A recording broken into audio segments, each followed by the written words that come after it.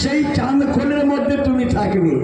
সেই জন্য এই যে চাঁদ খোলটি বাজছে, চাঁদ খোলের যে বাঁধিগুলো দেওয়া আছে সব গরুর চামড়া বটে। বাঁধিগুলো গরুর চামড়া, গায়ের চামড়া লাগে, সেইটাই হয় শুদ্ধ খোল। কেন? ভগবান শ্রীকৃষ্ণের আশীর্বাদ নবলক্ষ ধেনুকে। এক পাশে গোবিন্দের চরণের উপরে কেঁদে কেঁদে বললেন, হে গোবিন্দ, হে গোবিন্দ, আপনি তো সকলে গায়ে গরুকে উদ্ধার করে দিলেন, এবারে আমার কি উপায় হবে? সেই নপুরকে কেঁদে কেঁদে বললে, যেই না নপুর কেঁদে কেঁদে বলেছেন, গোবিন্দ আমাদেরও যেন মনের আশা পূরণ করিয়ে দিও প্রভু, যেন তোমার সঙ্গে যেন যায়। মহাপ্রভু বললেন, যাও নপুর, আগামী কলিযুগে তুমি হবে করতাল। করতাল আর বাঁশি আর করতাল মিলে আমাদেরকে নিয়ে আমি আনন্দ লাভ করব। আজ সেই গোবিন্দ গৌরূপী অবতার হয়ে খোল করতাল সাঙ্গ করে আজ কি করেছেন? বৃন্দাবন সুরধনিমা গঙ্গার তীরে গিয়ে মহারাস আয়োজন করেছেন। এইবারে চাঁদ খোল মহাপ্রভুর নাম সংকীর্তনে, মহাপ্রভুর নাম সংকীর্তনে বলে বলে বাজছেন কি? বলে বাজে খোল, বাজে খোল, বাজে খোল, বাজে খোল, বাজে খোল,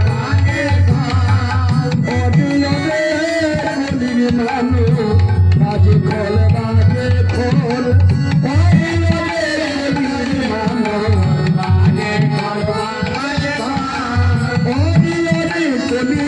মানব বাজে খোল, বাজে খোল,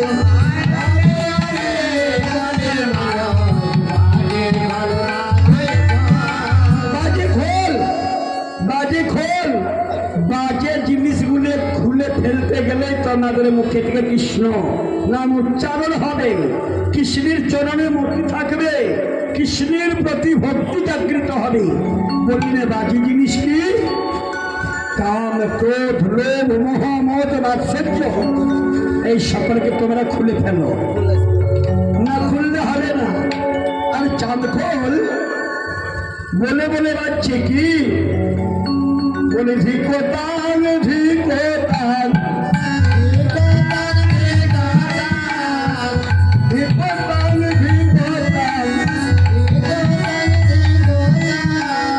এই মোরা চাঁদে বলে ধিকোতাল, ধিকোতাল, এই মোরা চাঁদে বলে ধিকোতাল, ধিকোতাল, এই মোরা চাঁদে বলে ধিকোতাল, ধিকোতাল, এই মোরা চাঁদে বলে ধিকোতাল। সংস্কৃত উচ্চারণ করে বললেন ধিকোতাল, ধিকোতাল, ত্বাং ধিক। ত্বাং মানে যুষ্ম শব্দরূপে দুটা বিভক্তিত হয় ত্বাং। ত্বাং ধিক মানে তাকে ধিক। কারে? হে জগতের মানব, যারা আজ গাই কুলে থেকে, হাতির কুলে থেকে, গরুর সেই ছাগলের কুলে থেকে মানুষ কুলে জন্ম পেয়ে যারা কোনোদিন জীবনে কৃষ্ণ কথা শুনিল না, যারা কোনোদিন কৃষ্ণ ভজন করিল না, যারা কোনোদিন প্রাণ গোবিন্দের পুজো পাঠ করিল না, তাদেরকে বলেন ধিক্কার। তোমাদের মানুষ জীবন ধিক্কার। কেন? ভগবান কত ভাগ্যে আমাদেরকে মানুষ করে জন্ম দিল, একবারও আমরা ভাবনা করতে পারি না। একটা বিচার করেছ, একটা বাউল আছে, জন্মিলে মরিতে হবে, মরিলে জন্মিতে হবে, সবাই তো জানে। অনেক মানুষ ফাঁসি নিয়ে মরে, অনেক মানুষ বিষ খেয়ে মরে, অনেক মানুষ জলে ডুবে মরে, অনেক মানুষ আগুন লাগিয়ে মরে বলে আমার উদ্ধার হয়ে গেল। উদ্ধার নাই, জন্মিলে মরিতে হবে, মরিলে জন্মিতে হবে। সবাই তো জানে জন্মেছ মরতে হবে, আর যারা যারা মরেছে তাদেরকেও আবার জন্ম নিতে হবে। জন্ম নিতে হয়েছে কেমন?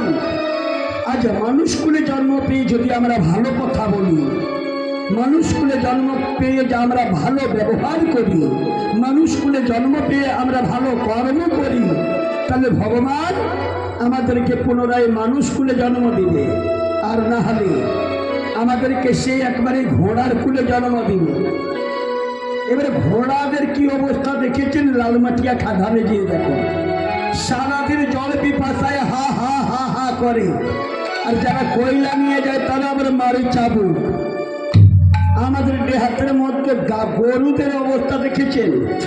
সেই জঙ্গলের মধ্যে কয়লা লাদিয়ে আবার কিনা সেই শহরে শহরে বিক্রি করে বেড়ায়। খিদে লাগতে গেলেও বলতে পারে না, জল পিপাসা লাগতে গেলেও বলতে পারে না যে আমাকে জল পিপাসা লেগেছে। এমন কষ্ট। সেই কষ্টের দিকে যেতে চাও না সুখের দিকে যেতে চাও? তাহলে বলল, হে জগতের মানব, মানুষ কুলে জন্ম পেয়েছ, মানুষ কুলে জন্ম পেয়েছ, তাহলে মানুষ জন্ম বড় দুর্লভ জন্ম। এই মানব দেহ যেন কৃষ্ণ ভজনে লাগাও, এই ভাব করে গৌর হরি আমার শিক্ষা দিলেন। এক পাশে করতাল বলছেন, করতাল করতাল করতাল, তোমরা খলের সঙ্গে সঙ্গে তোমরা করতাল। এত সুন্দর ভগবান হাত দিয়েছে, কর কর মানে হাত, হাতের মধ্যে তোমরা যেন তাল করিও। গৌর হরির সঙ্গে সঙ্গে গৌর হরি একা নৃত্য করছেন না, তার সঙ্গে আবার কে নাচছে? আমার নিত্যানন্দ নাচিছে, নিত্যানন্দ নিত্যানন্দ নাচিছে, গৌর হরির সঙ্গে সঙ্গে নিত্যানন্দ নাচিছে, গৌর হরির সঙ্গে সঙ্গে নিত্যানন্দ নাচিছে।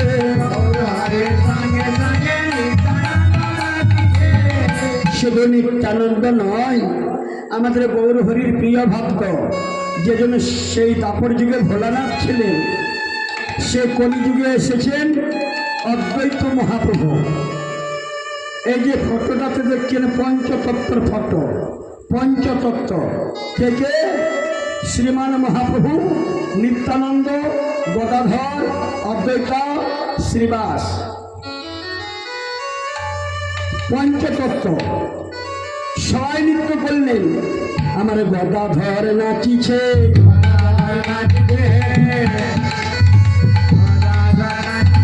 নিত্যানন্দ পারবে বলে গদাধর নাচিছে, নিত্যানন্দ পারবে বলে গদাধর নাচিছে,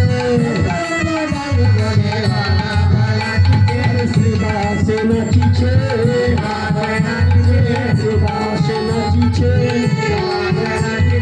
গৌর হরির বাম পাশে শ্রীবাসে নাচিছে, গৌর হরির বাম পাশে শ্রীবাসে নাচিছে।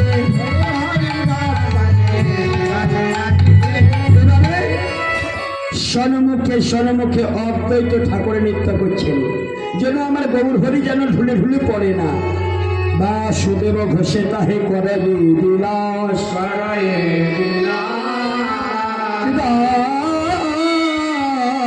রসগুড়া চান আমার করিলা প্রকার।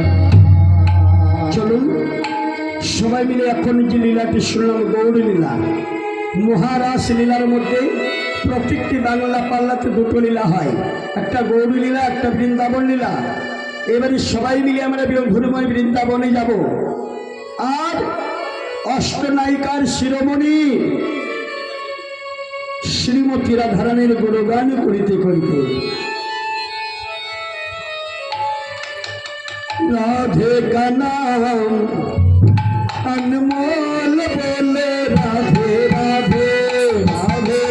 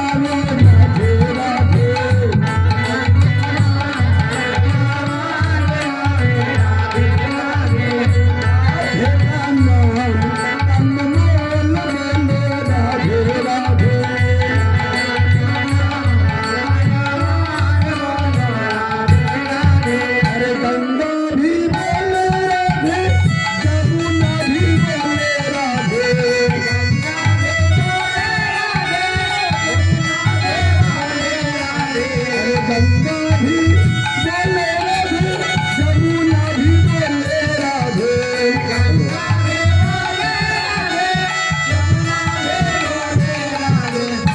हाँ, यमुना की धार से आवाज आए राधे राधे, यमुना की धार से आवाज आए राधे राधे।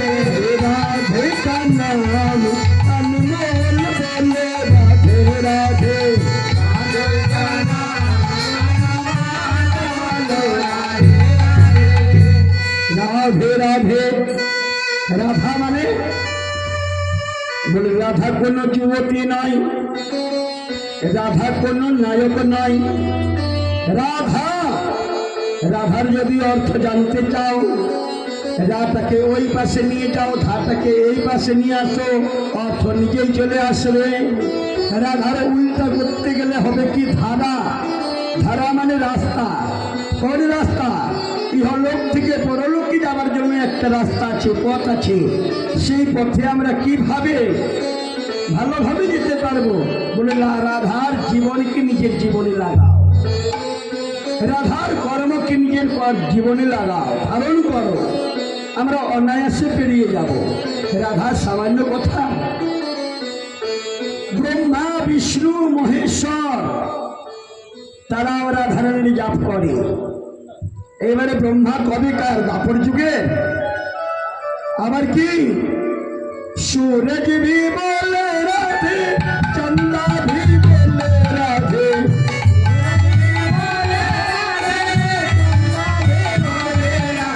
अरे सूरज भी बोले राधे, चंदा भी बोले राधे,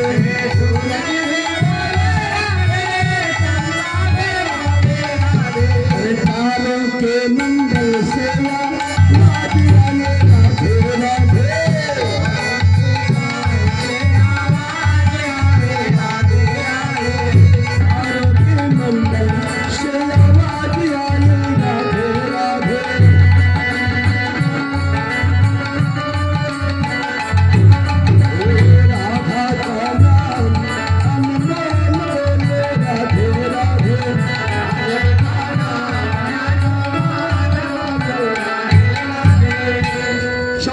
সূর্য সবাই রাধারানীর যাপন করে।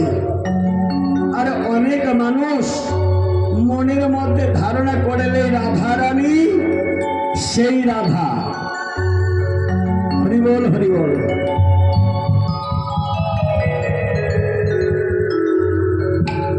রাধে কৃষ্ণ হরিবল। দাদা আমার 20 টাকা দান করেছেন, হরিবল।